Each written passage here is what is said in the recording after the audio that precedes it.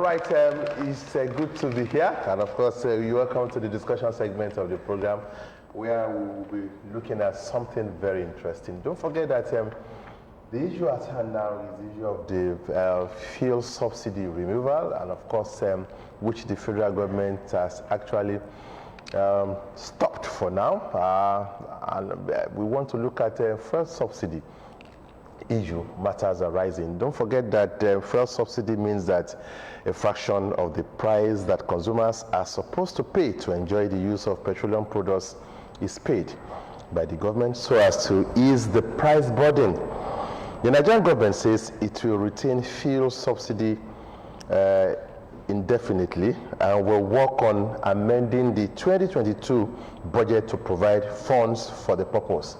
Right now we are looking at 3 trillion naira, and the governors and so many people are kicking against this. But for now, at least we are sure that there will still continue to be fuel subsidy. The Minister of Finance, Zainab Ahmed, said the government has realized the timing of its planned removal of petrol subsidy is problematic and will worsen the suffering of Nigerians. To this end, we want to look at this issue. Tunde Olaniro is still here with me, and we have 3 guests, 2 in the studio, and 1 will be joining us via Zoom, talking about a public analyst, Olanimashan. Olanimashan, you're welcome to the program. Nice to be here with you guys again. And of course, a social commentator, Honorable Lanre Jaji. Honorable Lanre Jaji, you're welcome to the program. Good morning, Nigerians. Good morning. And we have also joining us via Zoom, the Vice Chairman of the Nigeria Labour Congress in Lagos State, and immediate zonal chairman, former zonal chairman of NUPENG in Lagos State. Yes, former zonal chairman of NUPENG, Alhaji Comrade Tokunbo Korodo. Comrade Tokunbo Korodo, good morning. Good morning, sir. Okay, good to have you. Okay, all right. Let me start with you. Let me start with you because I know that you are involved in negotiations. I know that you are involved in various meetings in Lagos, in Abuja with the federal government concerning this issue, and it has started since you were the zonal chairman of NUPENG, and now the vice chairman of NLC. How has the journey been for the government now to realize that they have to continue with subsidy? Well, thank you very much. It has not been easy. We have been making a very beautiful step on behalf of Nigerians by ensuring that what Nigeria needed is given to us. It is any inefficiency of the government should not be passed to Nigerians. Because when we are talking of deregulation, removal of subsidy, it has been a recurring incident. Because our position is clear and it's non-negotiable. And our position is that any import-driven deregulation cannot stand. Because government need to invest, whether to have additional modular refineries, and also to rehabilitate the existing ones. Because if you should allow import-driven deregulation to come on board, it's going to be a very big slap on Nigerians. Because everybody will abandon any other investment in the oil and gas industry. And they will run towards lucrative business by joining the trend that is importing fuel. Why those countries where we are getting this product from will be smiling to banks, but we Nigerians will be biting our finger in very tough poverty. And these are the things we let the government know. If this is the only thing you are going to give Nigerians to be part of the dividend of democracy, it's better you give it. Because any changes in the price will surely affect all sectors. Nigeria are the ones generating light for themselves due to this fuel. If this fuel go up, Nigeria will be powerless to even generate light power for themselves. The people that sell goods and services they make use of this fuel through transportation, it will also affect them. These are the points we place on ground for government. And government continue to shift goalposts at will. It's not starting from this government. We'll be engaging the past government on this issue to the present government. And I don't know. The 18 months they gave us, all the conditions we put on table, are they going to fulfill within our 18 months? Or because the electionary campaign is around the corner, and that is why they want to shift it till after election, so that will not affect their prospects in the electionary campaign. These are the questions we are still asking the government officials. So far, so good. Nigeria Labour Congress, TUC, and CSO, civil society organization, we are all in collaboration to stand by the side of Nigerians to ensure that we are treated very well. Just hold on, Comrade Anuashan, you heard him. Take it up from there. Thank you very much. I'm very happy and delighted from where Comrade Korodu took off, that any import-driven deregulation is tantamount to punishing Nigerians. I'm not quoting him verbatim. I'm bringing in my own adjectives, so to say. How do you deregulate when you are wholesomely 100% dependent on importation for a product that you have in abundance at home, that you are reckoned with internationally to be one of the largest producers? I don't know what stage we are now, maybe number 4 or number 6 globally. How do you abandon your prospects locally? Nobody is saying that you cannot import to supplement, but it has to be established that you might have gone up to about 70, 75% or 80% local production and supplement with the remaining 20, 25%. That way, it wouldn't be something that investors will be running away from, like Comrade Korodu said, that you now have to be looking at the lucrativeness of importation and some fictitious importation to the extent that you will have to struggle to pay for what you call subsidy in that thing. Ironically, the so-called subsidy regime, we have been told, is bedeviled with corruption. And the number one question I usually ask in this instance, because I operate from the CSO as a consumer protection advocate, I want to know what is it that is making it a handicap, so to say, for the government to work on our local refineries. This government came into power on a tripod stand of corruption, economy, and security. And I happen to be one of those that championed the cause of the present government, to believe in that with this tripod stand, Nigeria is going to get to a huru point in due course if seriously pursued. I don't want to talk about the security. We are not here for security discussions. But I would rather link economy and corruption in this instance. If the government, like Comrade Korodu, I will also refer to him once again, promised us to fight corruption to a standstill, it's not as if Nigeria is the only country that is bedeviled with corruption in the whole world. And mark it, you cannot totally eliminate corruption in any instance. Globally, you can only subdue it to the barest minimum. If one of the tripod stands that the government currently in place worked on, promised us, was and is still to fight corruption, where is the face of the government in fighting the subsidy regime corruption? Why is it that they now have to shift it on the citizenry? Why are they playing abracadabra with us? As of today, when you ask anybody from Nigeria and the government, they will tell you our population is plus minus 200 million, approximately. But when they want to give you figures of your consumption of fuel, or of those who are possibly benefiting from the subsidy regime, like it happened during the week or last week from the National Economic Summit Group or something they call it, I had a figure being bandied that 40% of those that benefited from the oil subsidy regime, only 3% of Nigerians are benefiting. I looked at it, I was totally confused. How can you come up on a national stage and tell me that only 3% of Nigeria benefit from the subsidy regime, that it's the majority of those that are fictitious importers, so to say, my own words, are the ones benefiting.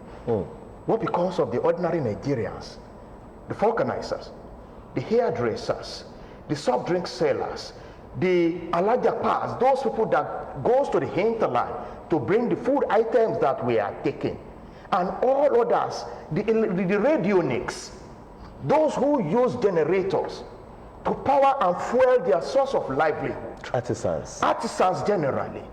Even ordinary Nigerians for domestic usage that have to power their generator on daily basis. People have to just find a way to live without the supply of electricity and use fuel. And you are telling me that possibly only 3% of Nigerians are benefiting from it. I think they should take that one back. It's not for Ola Animasha and some people that are likely to be in my shoes. I think I will stop here for now. Today you take your own round of questions, starting with Comrade Korodo. But Honorable Jaji, your opinion? Well, I'm happy that the federal government, had to retrace their steps concerning this. I want to give kudos to, the NLC and some other labor organization that really, as far as I'm concerned, I think they really, gave the government, what it really deserves. That is, when I was coming this morning, I heard that security report shows that Mr. President had to, just reverse the production subsidy of the thing when security report told him that this might even be more than the NSAS of the thing by the time this one started. So which means, kudos to Mr. President. He's a listening president. It's better because there is no point putting the fire, on top of your roof. Basically, I must confess to you, our case is the case, or it's just like the case of somebody that has plots and is walking about the street, nakedly, which is not supposed to be. These are our products. God endowed, mineral resources that God really gave us. Management is the problem. What stops the subsequent government that have been in power in Nigeria to have done something about our refineries? What stops them? One cannot really substantiate it, but one could understand that part of the corruption that could be mentioned there is that probably some government officials even have refineries outside the country, because I see no point. Yes, it cannot be substantiated actually, but I'm only telling you that if things like that are not in place, probably they have some refineries outside. So bring those crude oil to my refinery. By the time you are bringing them back, I'm going to charge more money. By the time I do that, I'm going to get a lot of money. Forgetting that at the end of the day, if you die, you will not go with a penny. You see, people just need to be very careful. If you have the opportunity to be in position of authority, continue to consider God and consider people. You will not believe that Nigerians cannot take 1 square meal, talk less of 3 square meal. Things are going to be more tighter. Things are going to be more difficult. Nigerians are going to suffer. Even if it were to be 15 naira added to that fuel of a thing. If you try to understand, when this government came into power, fuel was not, sold at this very present amount, which means, the other time it was being sold at a lesser price, people were complaining, and the present situation now, people are still complaining. If you now add ordinary 20 kobo, I'm telling you, it's going to affect a lot of things, and people are not going to likely live a very good life. All right, Alhaji Korodo, I would like to start with you. Now, you've spoken eloquently about the effects if this fuel subsidy was removed. Now it has been reverted. We still have fuel subsidy, but 3 trillion naira for year 2022 for subsidy. Hope this is not too much, and the presidency is saying that we are going to have more borrowings. Won't this affect the economy? Thank you very much. The government, they are in the best position. We are not part of the policy makers. They know how they come about 3 trillion. We don't know how they come about it. They keep on telling us all these figures from years immemorial, and we still believe it is part of the abracadabra of the government.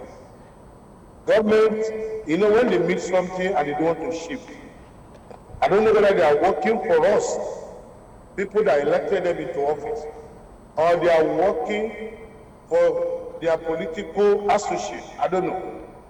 Quote and unquote. I don't see any justification for all what they are telling us. And if it is true, what are the benefits we've been getting from the government? If this is the only thing government can do, to sustain and to make life more meaningful for Nigeria. I don't say anything bad. Let government cut their unnecessary expenses. They have a lot of expenses that need to be extracted from the system. They have many hills here and there, spending so much on them. On-call expedition need to be extracted from the old system. Let them cut down their unnecessary burdens so that they can be more liable to Nigeria. Let Nigeria benefit the government. We know what we did, especially labor movement. When we are fighting for the enthronement of democracy in this country, some of these politicians left this country. They are nowhere to be found. We faced the military, and we still pay dearly for it. Some of our superiors, they were incarcerated for 4 years. Till now, nobody look at them, and that's the sacrifice labor leaders made. But this time around, we don't want to go into that struggle again. If we believe government democracy is government for people and for the people, and then let there be a listening government. If there is no hidden agenda, everybody looking toward Dangote refinery. It's a private investment. Tomorrow, and this man may decide not to sell for us. So nothing stop Nigeria to invest on modular refineries. Go to Texas, they have more than 27 refineries for a state under America. While our population is over 200 million. And we are managing 4 refineries that we cannot maintain. My position on these boys they are arresting for doing illegal bunkering, let Nigeria invest on them. If Nigerian government cannot invest in modular refinery, or they give a leveling environment for all investors, the better. All these see, even in the past, when they say they are bringing fuel into the country, we've seen a lot of mess in the system. I'm a stakeholder in oil and gas industry, and I know what I'm saying. Some products, some vessels will be coming from rivers down to Lagos. Along the line, the document will be changed to as if it's an imported product. Let people that are doing this business, let them come and let them invest in the oil and gas industry instead of running scatter to convince government so that they can be bringing fuel. By the time they allow this thing to stay, I swear, nobody will invest a dime in oil and industry. The allocation they are giving into those who invested are so minor compared with those that have their certificate in the portfolio. Nigeria sick. Only God will intervene. God will heal Nigeria. let me go to Mr. Dimashan. Now, this same question to you, but I would like to add 18 months. Is this not a booby trap, so to speak, for the coming government? Thank you very much. 18 months. Like Honorable Rijaji said, he said there was a security report possibly that went to the government that this protest might likely boomerang more than expected, more than the SARS crisis. It should be foreseen. That is number one. Number two, I just still wonder why policymakers will come on air at Abuja there or anywhere in Nigeria to tell us this is what is going to happen, only for them to reverse it when they discover that the public outcry is so, overwhelming. That is normal. Public opinion could sometimes swerve the opinion of government. But didn't they do their homeworks very well? They should have known, because the excuses they were given is that it will add more to the, penuries of Nigeria. Didn't they think about that before? They are supposed to be brilliant. We are all brilliant. For them to now come and tell us, and now we are now withdrawing because it will add more to the penuries of Nigeria. I mean, they should cover themselves, their faces in shame. Secondly, when you are looking at the trillions, like Omrikorodo said, I said it on a radio platform yesterday, it is when they needed something to bamboozle you, sorry for using the word bamboozle, that they will come up with some figures that you'll be wondering, where are they coming up with these figures? The crux of the matter with this subsidy regime and our fuel oil production in Nigeria is the problem of transparency. we are not transparent. Our government, it's not we the citizens. Our government has not been transparent with us. Can NNPC today tell us exactly how much we are making from these things? You export crude that has more than 30-something%. Some have even said that it has up to about 200, variables that can come from the crude oil. You export it only for you to come back with PMS, diesel, oil, and kerosene. Just those four. Just like our 4 moribund refineries, so to say. And you want to tell me that those who are corrupt in the subsidy regime will consume what you call the 3 trillions or what, and that only some few 3% of us will benefit from it throughout the federation? What kind of figure is that? Come to think of it, why don't you, since you knew you have established that some people are corrupt in that subsidy regime, that means it presupposes that you know who those people are. Why don't you come up with a list of those corrupt elements, charge them to court, and let them be dealt with decisively, because your government is an anti-corrupt government. That is one. Why is it difficult for us, for God's sake, to fix at least one of those refineries?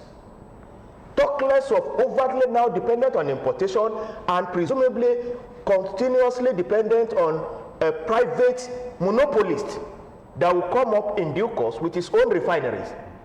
He can easily tell you, I'm going to sell my own liter of fuel for 1,000 naira. What do you do with it? It's a private investor. That means you are putting us in the mouth of the lions.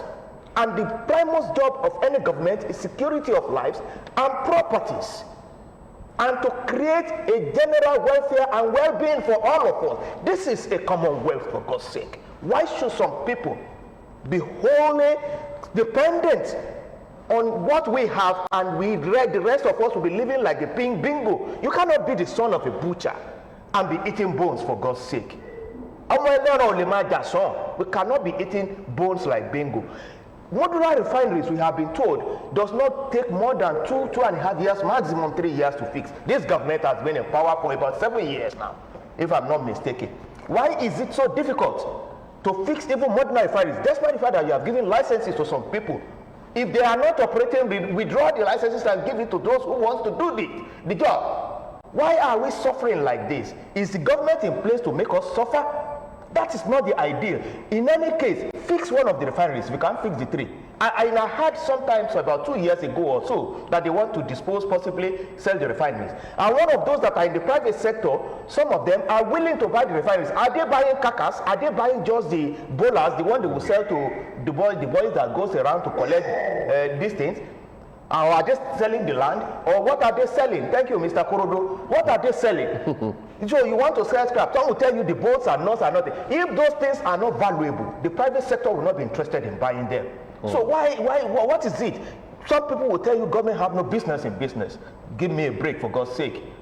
You can do public-private participation, and nothing precludes the public, the private sector from investing in it. You agree with that. But the government must see to our welfare. They shouldn't just find a way of saying you are on your own, like some people will say, we are on our own. It's not done. And I think the government should wake up from their slumber. Thank you very much. Honorable Judge, I would like to come to you. The NNPC said we are consuming 65.7 million liters per day. This, the House of Reps have questioned. Now, will you also question NNPC on this? You see, a lot of people have really come up with a lot of arguments concerning, that, statistics, and a lot of people have rejected it vehemently. That, it's not possible. It's not possible. Probably the NNPC is being, economical with the truth. So, I don't want to really believe that too. But be as that may be, if that is the amount we are consuming, which I doubt that's the amount we are consuming, I think it's even better not giving us figures this time around that matters, that this is the amount that you are consuming. What matters now is, even I would have suggested that those illegal refineries that some boys were there in the Niger Delta region, instead of government clamping on them, why not bring these boys on board? If you cannot buy from them, empower them. Let's see, confiscate those refineries instead of destroying them. Confiscate those refineries, see what you can be able to do, empower them, do a lot of rejuvenation and things like that, so that by the time those ones are in place, it will solve a lot of problems. Like I said earlier, if something is not, inside something, why would we want to continue to say we should continue to, export our crude oil and bring it back, the PMS at a very exorbitant price that will, have a kind of adverse effect on Nigerians? What stops a government from sitting down, be proactive, be focused, and let us know? Quite unfortunate that the past successive governments are unable to solve this problem, and present government too might likely transfer the same problem to the next coming government. Then this idea that 18 months of the thing that you rightly said, I don't want to believe in it, that probably they are trying to buy time because of election. I don't know, probably when the money exchanges, and I wouldn't have expected any Nigeria to want to vote for a government that is making life so difficult for them. So I think they are being careful, not to even want to say, I would have loved this thing to be suspended, not indefinitely, for life, so that Nigerians can just be at a better position in their life. Nigerians are suffering, and what do we derive from it? As a government, as a government official, you should look for a way of making life better for your people, not trying to, bring, down hardship onto them. Comrade Korodo, I know you are a stakeholder, and I want to, Comrade Korodo, are you there? I'm with you. Okay. I want to ask you this question. Before this government came into power, I could recall that some few individuals were named talking about those who actually collect subsidy, subsidy money, and were not part of those who actually do anything concerning, they were not prosecuted. Maybe we don't know. But from your end, from your very close end, we are laymen. When we say subsidy, how do people who are not connected benefit from this subsidy? And are we saying government cannot do anything about them?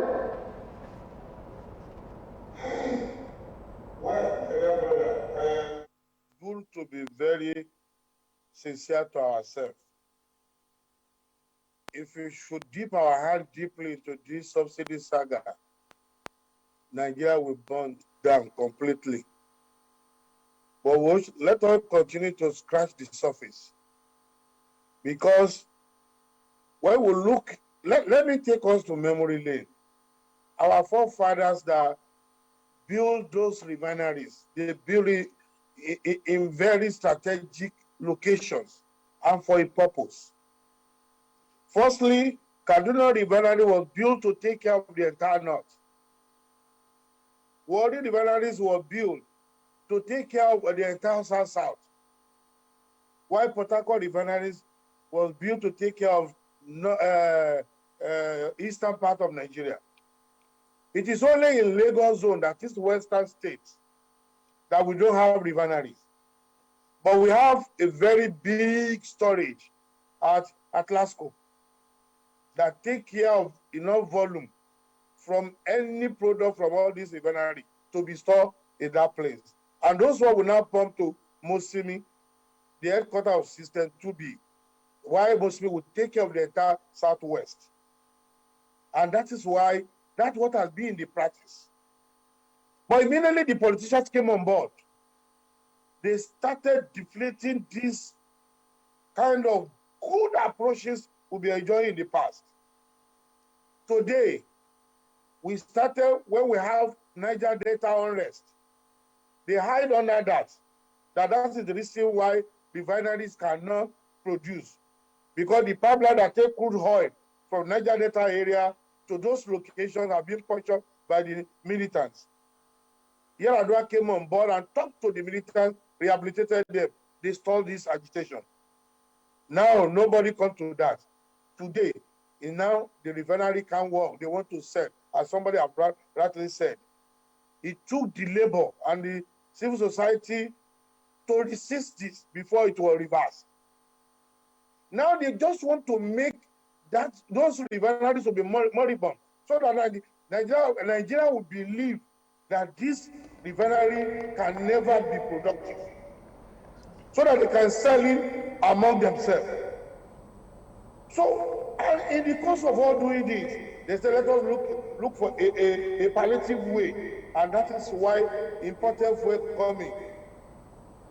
They will take our crude oil out with volume. We are not paying.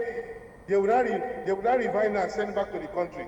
In the course of bringing it back, a lot of atrocity came on board.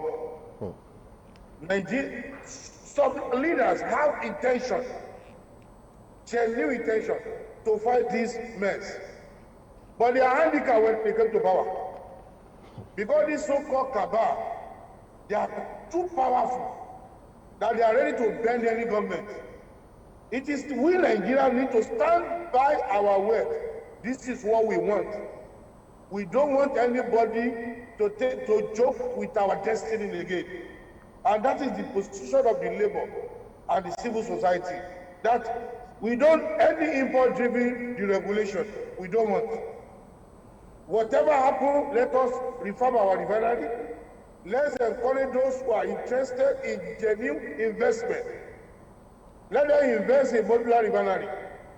Let there be an enabling environment for all stakeholders. Then we will now come back to reality that truly Nigeria can be good again. All these front and backward policies of the government were just pushing the evil days ahead, front. But a time will come where the light will be more brighter than darkness. So God who made me, this government, since they came on board, they are trying their best. Only that their best is not enough for us. We need a very drastic approach. Where oil and gas industry is the headquarters of corruption in this country. Take it or leave it. Everybody want to partake. They believe it is in. Oh, okay. I think we lost. Alaji Kodo will still be there. I mean, before eradicate it and get it properly handled. Okay. I watched. Okay, thank you. Are you still there? Okay. Okay, go ahead.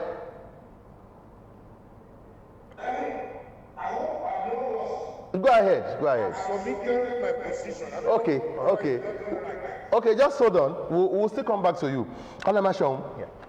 I saw the address of the former Minister of Finance recently in one of these institutions abroad, where she talked about her experience as a Okonjo-Iweala. Okay. Yeah, where she talked about her experience. It's on social media. Talked about her experience when she was the minister with President Obasanjo, when they tried to query and scrutinize subsidy money to the extent that they blackmailed her to resign. President said she didn't resign.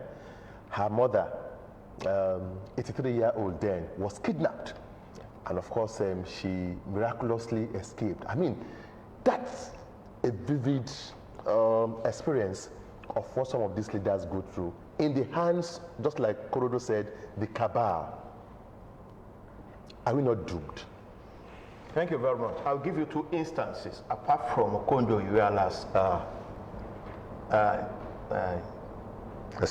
explanations.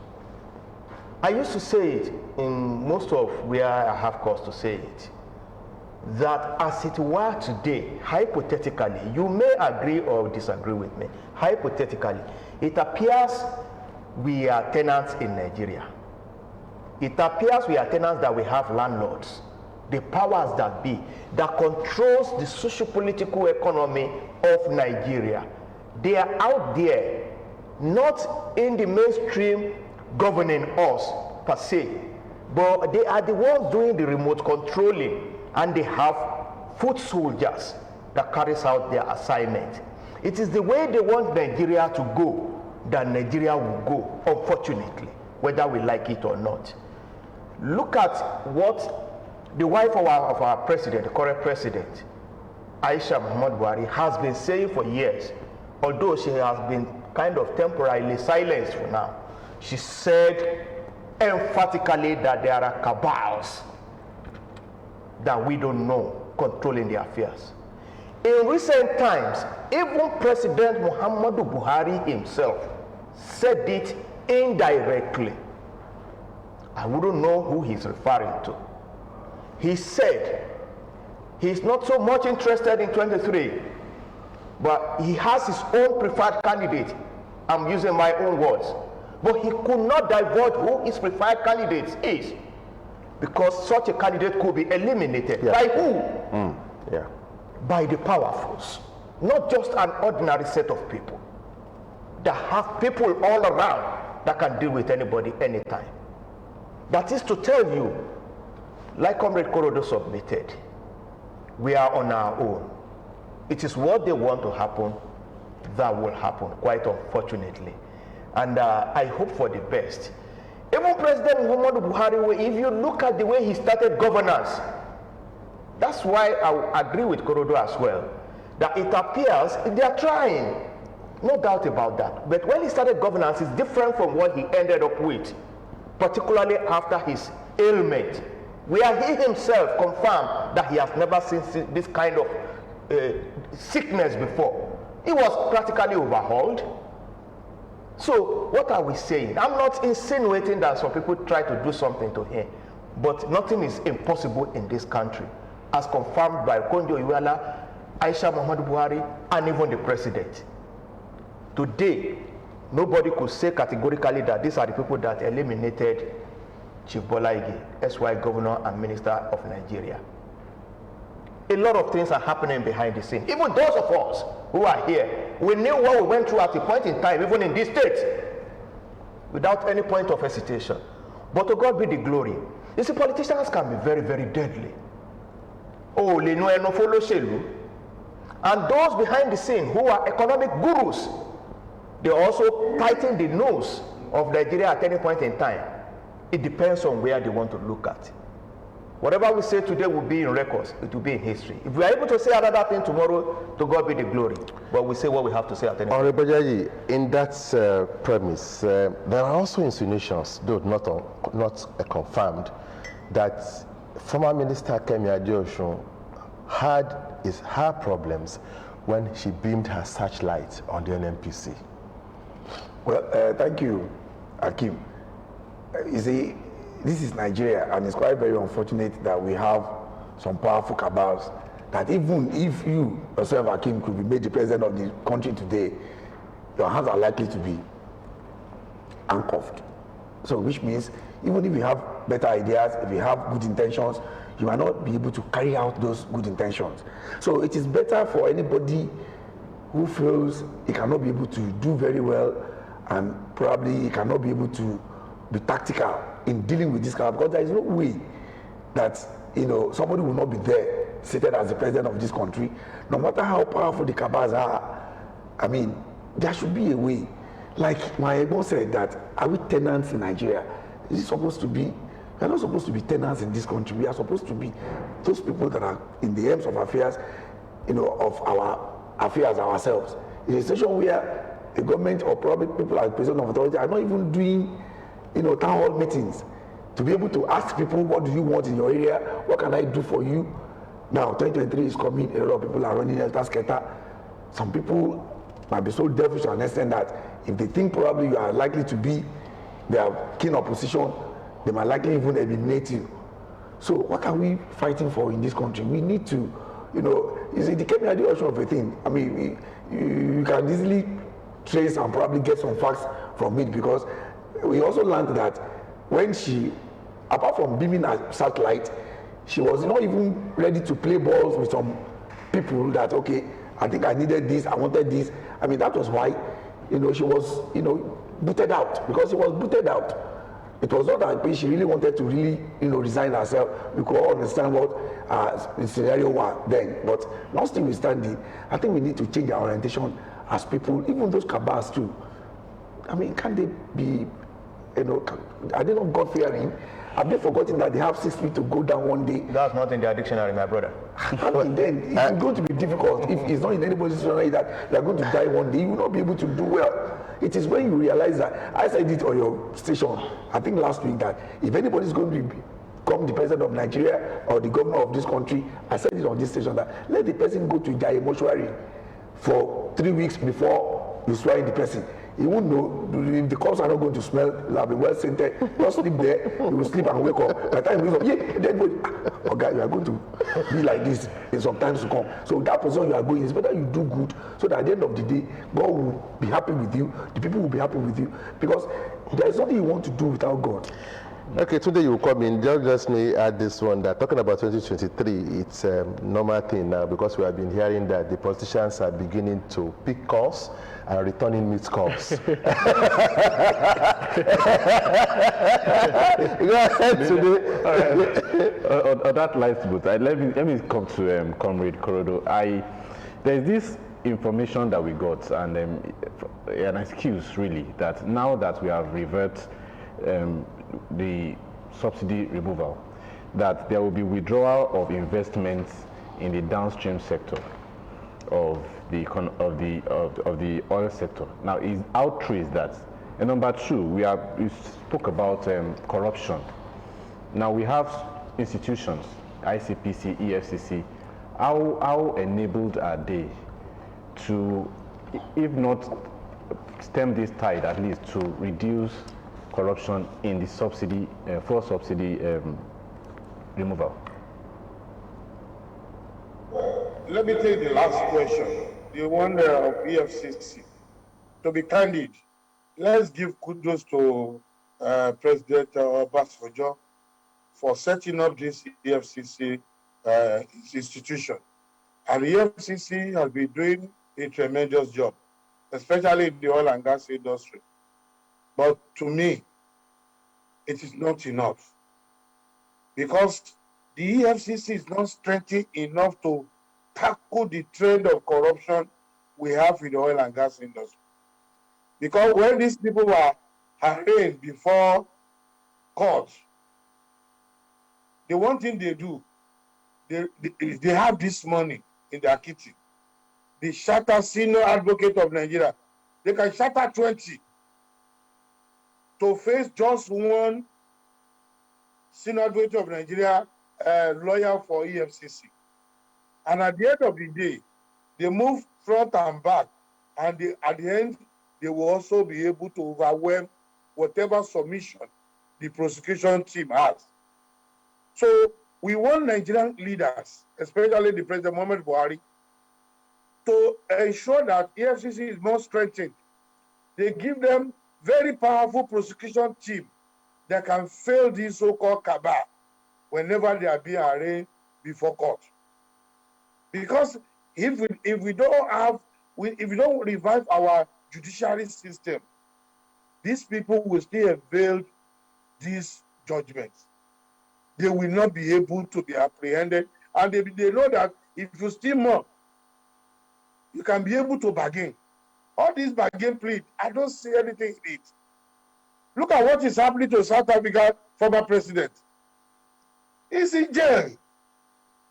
Let's take somebody, highly influential person in Nigeria. Let's jail them. Let them be in the custody. Let Nigeria see them. Their children, their family will not be feel free to move around. Because but Nigeria, they know that they have their way, especially our politicians. And everybody, if they are not in the oil and gas industry before they become, because they are elected into power, before they leave, check their profile. They will have one way or the other, find their route into oil and gas industry. And they are the one bastardizing the whole system. Now they don't want to invest. They want to reap where they did not sow. I have one sad incident. One time, one person who invested so heavily in this storage facility around Apapa there. He has a very large facility, and that is more than 30 million metric ton capacity. But when allocation was given. It was just giving 5 metric tons capacity. But somebody that did not invested was giving over 30 million capacity. And he still brought him before somebody that have bigger capacity to accommodate. And that person, oh, I have said it, Nigeria is sick. And the same person will have more than somebody that invested all his life in this industry. And we said corruption is going to be eradicated so soon. Let people that are giving allocation here and there. NNPC is rotting. And I love the PIA, they sign into law. But at the end of the day, Nigerians, the cabal, they are washing. They are looking away, a lacuna way to penetrate and make it useless. Mr. Marshall, I would like to come to you now. Starting from where is the PIB, how effective will it be to tackle this issue that we have on ground? And number two, it has been said that with the removal of this subsidy, or the reversal of the removal of this subsidy, states that are overly dependent on the federal government will suffer. They will be unable to pay salaries and all. What's next for those states? Thank you very much. I hope that this temporary suspension of fuel subsidy withdrawal for 18 months will be reviewed seriously, and that something will be done before 18 months to our local capacity. That is the only thing that can help us away from the situation, the quagmire we find ourselves with the cabals, whether political, economic cabals. If we are unable to do something, it's not just about saying you are suspending it, whether it is political or the fear of crisis. Agreed. I've heard the presidential spokesperson saying it's not political, it's because of this, and in any case, they are not shifting the blame on the coming government because they are likely, or they are going to be the next government. Well, whatever happens will happen. I have nothing to say about who succeeds or who does not succeed, the president, the party, or whatever. But what I'm particular about is that we should be able to make maximal utilization of the window of opportunity, 18 months window of opportunity, to do something locally, to the extent that it will not be the next 18 months we'll start thinking of what do we do again? Do we extend it? Do we suspend it? Do we reduce it? You know, something like that. Not only looking at how to produce locally, but how to combat to an extent those so-called fraudsters, without any quote, in the subsidy regime. That is by the way. For the various state governors, we've always said it, that every state has the capacity in Nigeria to do the best locally. And we expect that they should be able to think outside the box in whatever they are doing. And that is why we've been calling for fiscal federalism, to making sure that each state can work on what we term resource control, benefit their locality, and remit what we call royalty or tithe to the federal government for just the army and immigration, custom, and stuff like that, central bank and stuff like that. Then that way we'll be able to even grab them by the jugular over here and say, Mr. Governor, what have you done with our resources? Abuja is too far away. That's why Abuja is enjoying overwhelming opportunity at defrauding us this time in court. I hope that we will be able to get done with the serious restructuring that we've been clamoring for. And I hope that those who will govern the affairs in each state will be serious-minded enough to know that this is an assignment, not a jamboree, not just food for the boys. When you get to power, you've got to be seen as doing something needful, because it's now time for us as citizens, as civil society, to know that we are part and parcel of governance, and we shouldn't let them sleep unnecessarily. We know of some governors that will sleep by 3 a.m. in this state and wake up and be in the office by 8 a.m. And we've seen governors that can abandon you and let you be until when they are available for you. So what we are saying in essence is that states have to wake up from their slumber, and do the needful for the citizens and the state they are in the interest of humanity. All right, Honorable Jaji, from me to you, if you are to advise the House of Reps that are embarking on a probe, so to speak, of the maintenance of the refineries, the costs, and the daily consumption as put by NNPC, how would you advise them to go? Thank you. The best way to go is just to, set up a panel of inquiries that are very unbiased, independent, people that have the interest of this country at heart. I will be able to go into details, because I'm happy that the reps too were even contesting the consumption statistics that NNPC brought, that it was also amount of oil that was being consumed by these people of this country on a daily basis.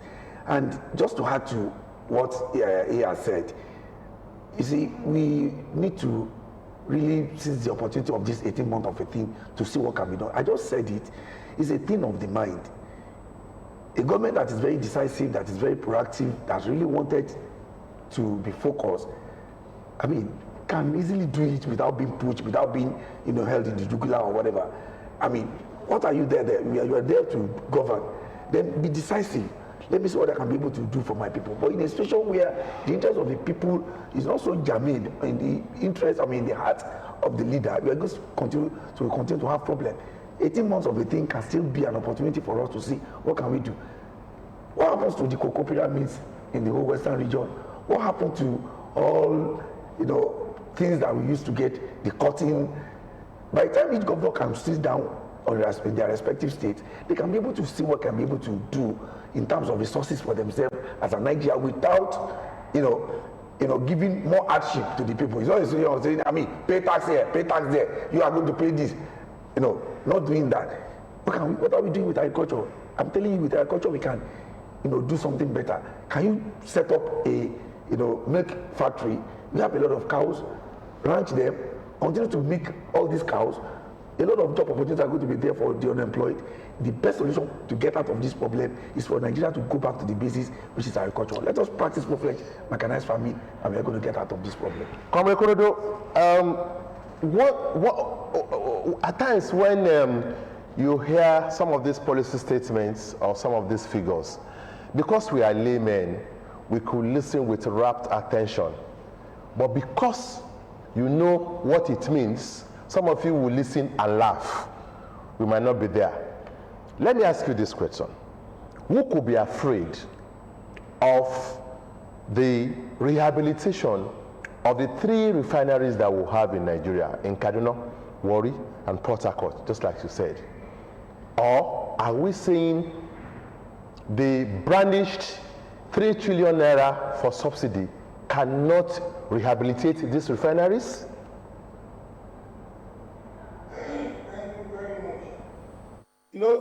This 3 trillion they are talking about, I can tell you, not all will be invested in the subsidy. Some are looking at the figure and at the same time looking at their own costs. 3 trillion. Our own refinery we are talking about, if we have been spending money on one after the other, we will have completed total rehabilitation of these 3 refineries. But they don't want that refinery to work. That is the fact. So that it can be seen as if it is unrepairable. Somebody that is selling war implements will never pray for war to come to an end. Because if the war comes to an end, there won't be any market for him again to sell his war implements. People that are benefiting from this importation of a thing will never pray for the refinery to be properly rehabilitated. And that is the reason why we labor. Anytime we engage them, our workers are working in that refinery. They know the extent of the damages. The labor should be carried along. When they want to rehabilitate, let's see. it's for the benefit of labor. Because if there is no tool for us to work on, there's no job for us to do. And we will ensure that there will be work for us to do so that we retain our employment. Our members will be more secure. There will be job security for them. But the way and manner they are doing, some people are collecting salary without doing anything. And it is not the fault of the workers. It is the fault of the government that failed to produce what they are going to use to work. And when you say you want to lay them off, who will resist? You need to convince us why you want to lay them off. Why are you placing them on redundancy? When there is job there. So, I'm still saying it is the same set of cabal. People at the corridor of power, they know them. And they are even the same person that will sponsor their electoral campaign. And now that we are going towards 2023, we are only seeing mirage. We never see anything. And that is why this time around, this is the time for labor to hold them by their job and ensure that the right thing is done for Nigeria. So all these things, of a thing, let us forget. And I believe if they invest it on rehabilitation, or they even invest it in building afresh modular refineries, it's better for us. We shouldn't have less than 100 refineries in this country, compared with the population we have. Other countries that is lesser in population compared to us, they have more than refineries than us. Let's go to Ghana, let's go to the neighboring countries. And they even tell us that the daily consumption is high, prove it. And they come to the realization that the way the smuggling trade is going, who control the security to contain the activities of smugglers? And that's why I started that the inefficiency of the government should not be passed to Nigerians. No, we need to resist it and let them know that we are not daft. We know what we are doing. Efficiency, I like that. The inefficiency of the government should not be taken back on helpless Nigerians. Now, it cannot continue like this. 3 trillion naira for subsidy. Yes, Nigerians will continue to buy fuel for, the way they are buying it, and of course, but deep down, what is the implication? Government cannot continue to subsidize fuel. Agreed, government cannot continue to subsidize fuel. We've told you here that I even mentioned this window of opportunity of 18 months, that it's got to be used in a very pragmatic way. You cannot just say, we are extending it, we are leaving it open, we will still give you subsidy, we are looking for 3 trillion and blah, blah, blah. Apart from the fact that transparency is not there. NNPC cannot tell you, and that's why the House is probing, looking at how much is it?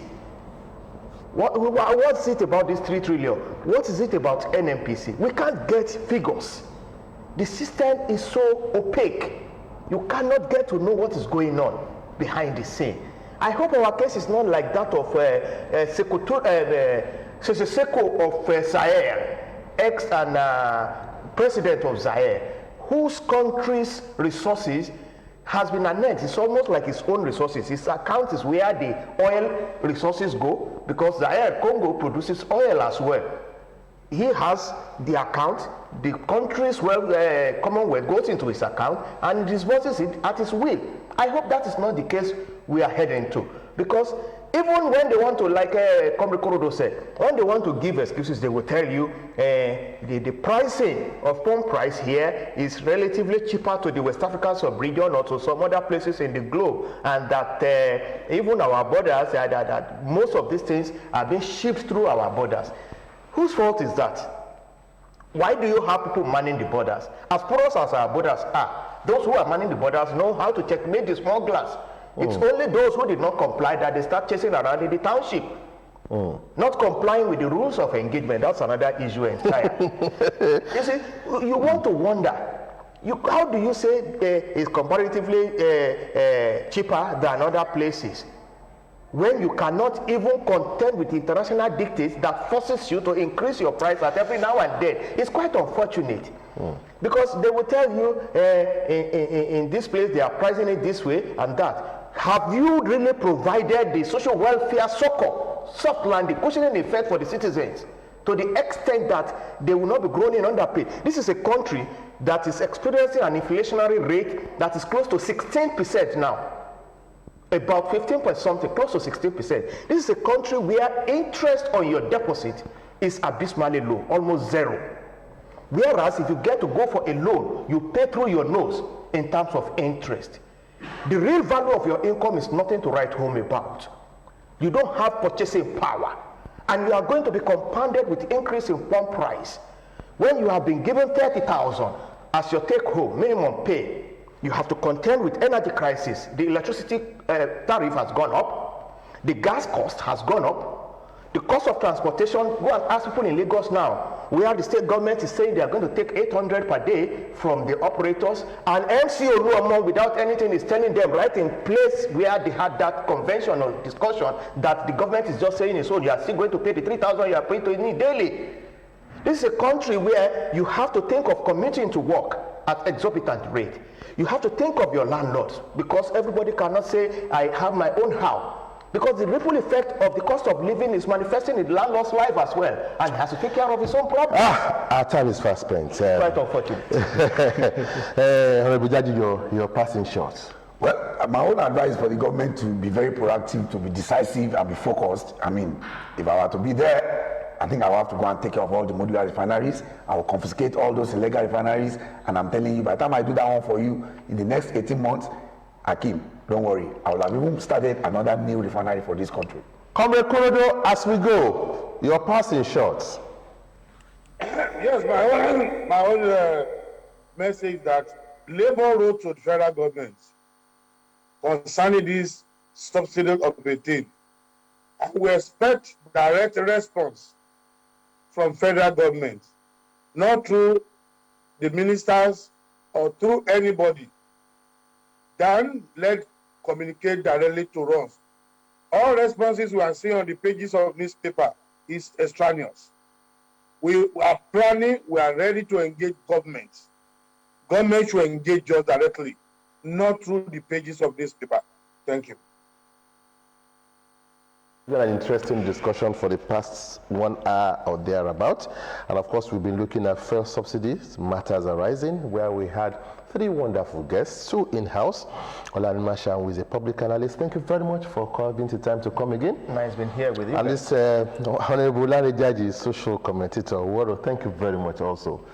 And of course, joining us via Zoom from Lagos, former zonal chairman of NUPENG and current vice chairman of NLC in Lagos State, Alhaji Najim Tokunbo Korodo. Waro, thank you very much also for joining us. All right, today we have to go. It is the Friday edition of, we should be here again Friday next week, God willing. But don't forget that New Dawn holds on Monday, Wednesday, and Fridays, while the Yoruba version of Tuonjo is on Tuesday and Thursday.